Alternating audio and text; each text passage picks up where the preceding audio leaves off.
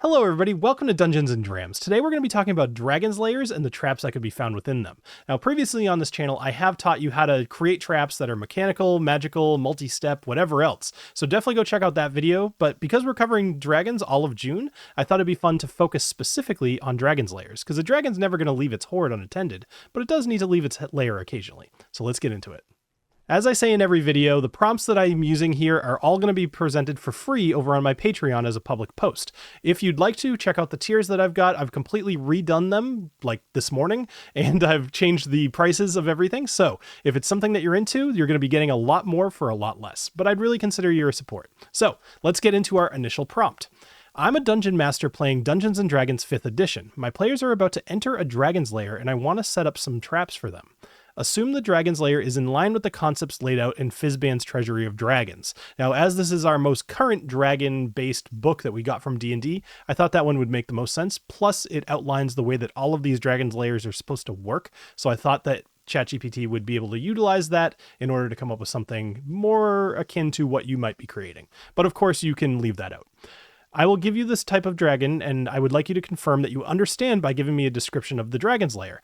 This just gets rid of some of the hallucinations that might happen, like if I say I want, I don't know, a sheep dragon. It might make some stuff up, but of course, we're going to give it something real. And just for fun, I've made a little roll table here, 1 through 15. It's going to be 5 metallic, 5 chromatic, and 5 gem dragons, so I'm going to roll a dice, and let's see which one we're doing today. 12. So 12 is going to be a crystal dragon, which is a gem dragon. So I'm going to tell it that I want to create this for a crystal dragon.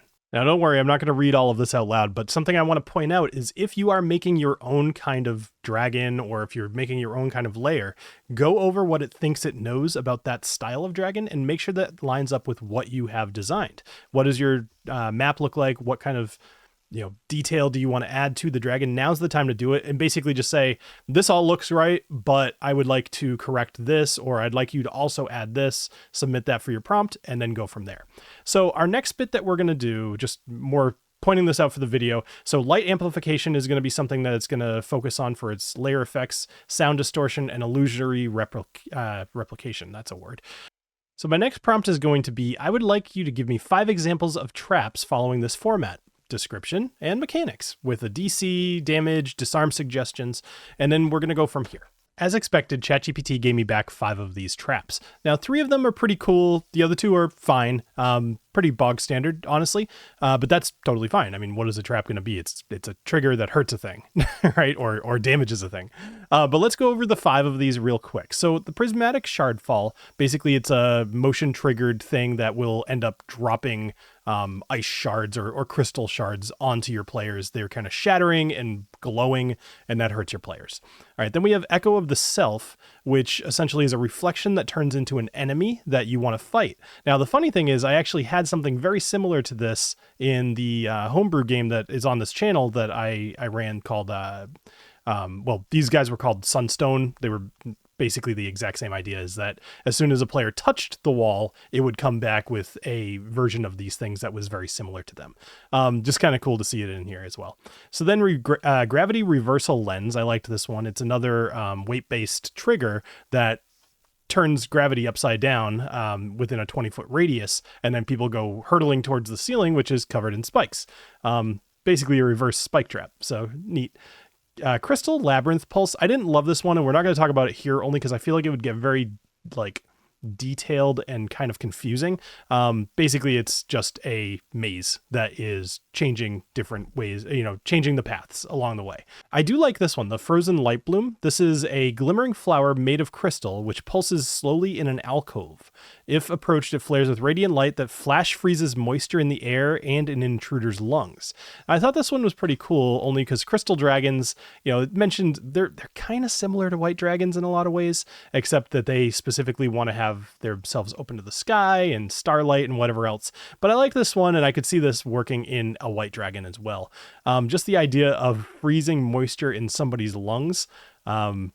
Ouch. It reminds me of living up here in Massachusetts during the winter, where the air hurts your face. Yes. So con saving throw, you take 46 cold damage and become restrained in rapidly forming ice for 1 minute, which awesome.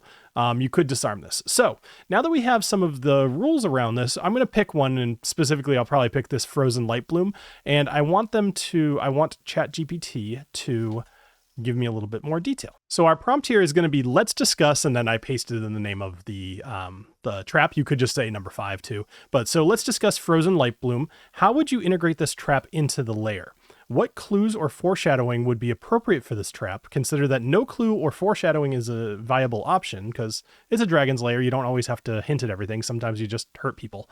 Is there any benefit to disarming the trap other than avoiding the obvious negative side effects? So after a little pandering from ChatGPT telling me that I chose a good one, we now talk a little bit about the placement. Now, I just read through all of this, so I'm going to spare you, me literally reading off of a page and give you some of the gist, right? But I will read a little bit. So the placement here, they want you to maybe put it in a narrow corridor or a side chamber. The idea is that your players should see this and maybe have to walk by it, but I like it better as something that they see and choose to go investigate because it's beautiful.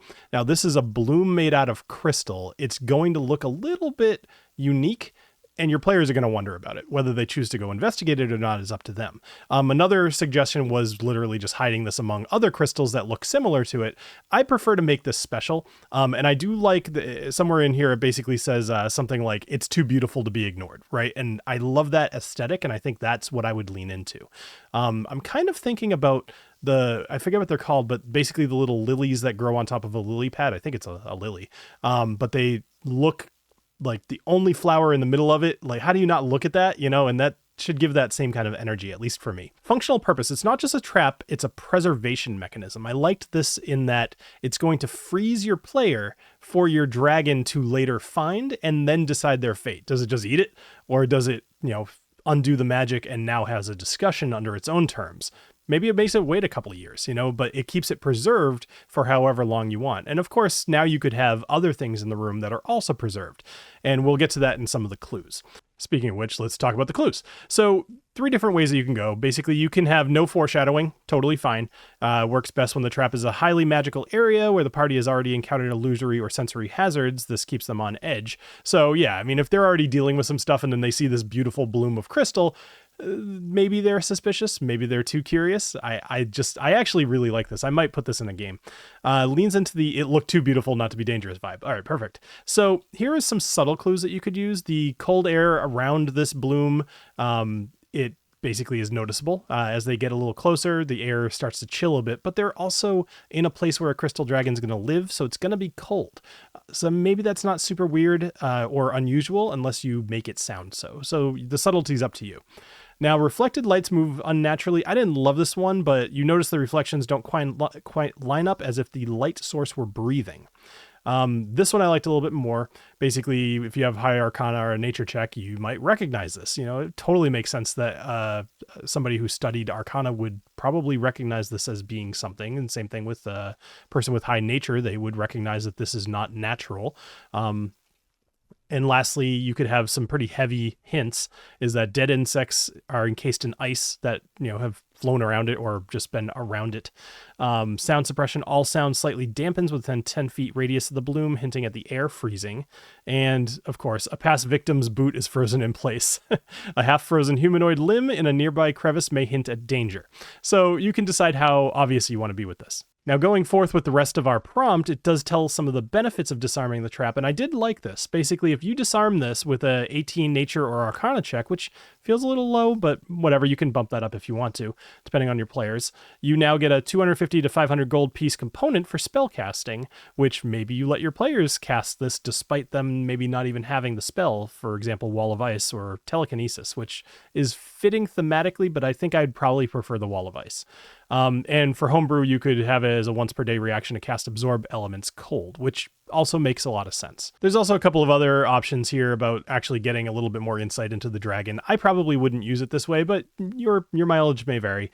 Disarming it gently reveals draconic runes or sigils beneath the bloom that give an insight into the crystal dragon's thought process, history, or layer layout. That feels a little ham-handed to me, but do whatever you want with your thing. If you have no other way to let them know what's in this cave, maybe that's the way you do it.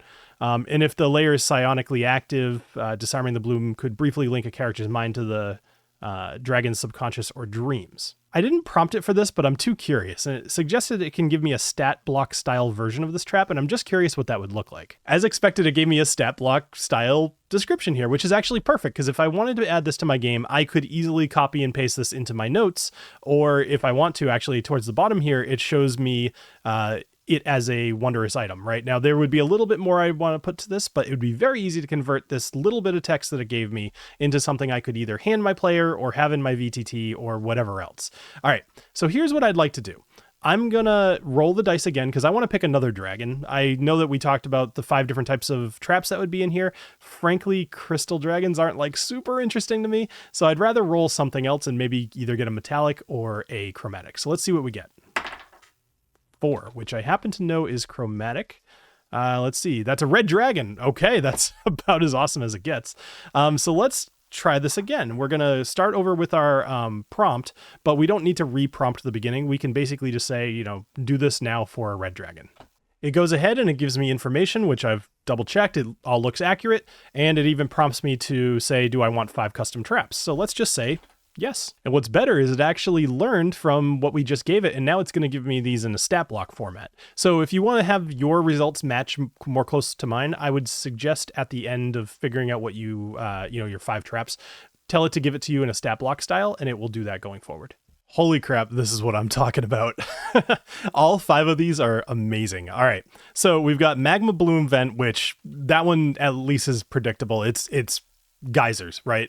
Big blasts of heat and lava and whatever else. If you step too close to it, it's going to explode. That one, totally thematic, but definitely the most boring of the 5 of these. So let's check out the other 2. So we have Infernal Greed Seal. This is a trigger on a pile of gold. If you touch that pile of gold or treasure or whatever else, all of a sudden a 20-foot radius wall of fire erupts around you, and you hear draconic laughing, and if you're going to escape, you're going to take damage. This does give you a little bit of chance to escape or do something about it, but just the theme of like your greedy adventurer has gone over and starts touching it while the rest of your party hangs back, and now they're also in the fire because it's 20 feet away. I think that's super cool. All right, so then we have Smolder Step Tiles. These are, think landmines, right? So these are basically little detonating runes that you step on and they explode. And you take a bunch of damage and you get pushed back 10 feet. You take 5d6 fire damage. On a success, you take half damage with no push. All right, so then you get Ash Vein Choke. This is basically just a smoke-filled corridor of sorts. So if you an ash-choked corridor pulses with ambient heat and sulfur, inhaling the air too long begins to choke and burn even the hardiest adventurers. So this is more about like being in an area that is suddenly filled with all of this ash and stuff. So your trigger can kind of be whatever you'd like, but it's more just damage if they stay in an area. I would almost probably have them go through a small maze that is totally blacked out with ash and smoke, and they're taking damage while they're in there. And then we have my favorite, Worm's Blood Boil. I'm just going to read this one. So it's a magical trap, fire necrotic, layer bound. Sacred. There's a location which is a sacred altar, an oath forging site, or a boss prep room. So lull them into a false sense of security. A rune-etched dais pulses with ancient fire magic. Creatures standing on it feel their blood heat up unnaturally, then ignite from the inside out.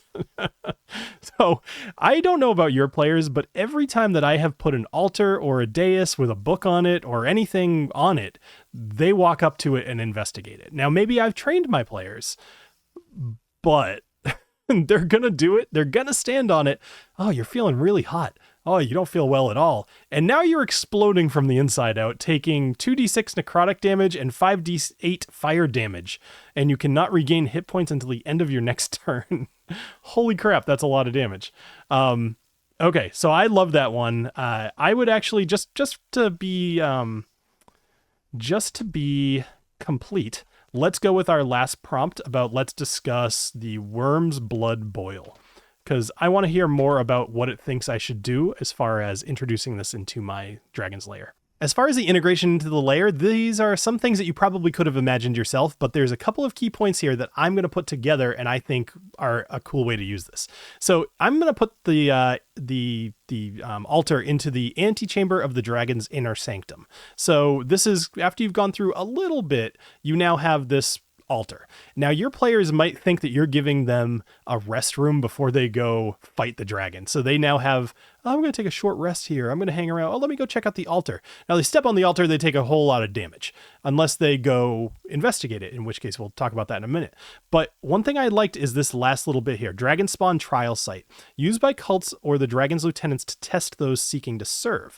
So if you were to be one of these initiates and you go up and you touch the altar and you just die, maybe this is a way to test the loyalty of somebody. You put something valuable on the altar. If they go up and try to take it, they're dead, right? So that's probably how I would use it. I'd put it in the antechamber before the dragon's sanctum. I would put something shiny on it. And if the players go up and touch it, their blood explodes. So cool. All right. So some of the foreshadowing, basically you could just do nothing, of course. You could have some burnt bones or armor debris near the circle. Now, I would decorate the rest of the layer with some of the stuff so it didn't look super out of place. But in hindsight, they'd be like, oh, that's why there were burnt bones near the altar. You could also have a little bit of heat. Cauterized footprints or claw prints on the edges, like something did survive the trap. I like that one a lot too. There's just some weird burnt fingerprints on the altar. And then of course you could do your Arcana or your religion rolls. Now these are fairly low, I think, especially if you're about to go fight a red dragon. I think your Arcana to roll a 16 is probably going to be fairly easy. So I would potentially bump that up a little bit, but that's up to you. You notice necrothermal feedback and cursed magical sigils that resonate with destructive enchantment, whatever. You notice that it's going to make you explode. Now here's the a couple of the things about disarming it. Now, you're going to notice some of these runes, and that's going to let you disarm it. But the cool part here is if you disarm the trap, it now makes it turn into, I'm just trying to find the piece I was reading, the Worm's Blessing font. So let's say that you sufficiently deactivate this trap, so much so you've rolled a nat 20 on it. You've actually figured out how to change this altar to, instead of hurting you, it now heals you. And this room before the dragon actually is something that can heal your party, or at least one member of your party, before they go fight. I kind of like that. Reward that success of a natural 20, or even just like a really high roll. Maybe make it like a 25 or something like that. Once per day, a creature standing on the dais regains 3d8 hit points and gains fire resistance for 10 minutes. Boy, is that going to be helpful, right? So anyway, I think that's a really, really cool trap. I'm going to keep playing with this prompt because it's really fun to come up with all of these different traps for different types of dragons. And if I find any good ones, I'll make those available for my patrons. But as I mentioned, all of the free prompts are going to be available as a public post over on my Patreon. So go check it out and consider supporting. Otherwise, I'll see you here next week for another dragon-themed episode here on Dungeons and Drams. Cheers.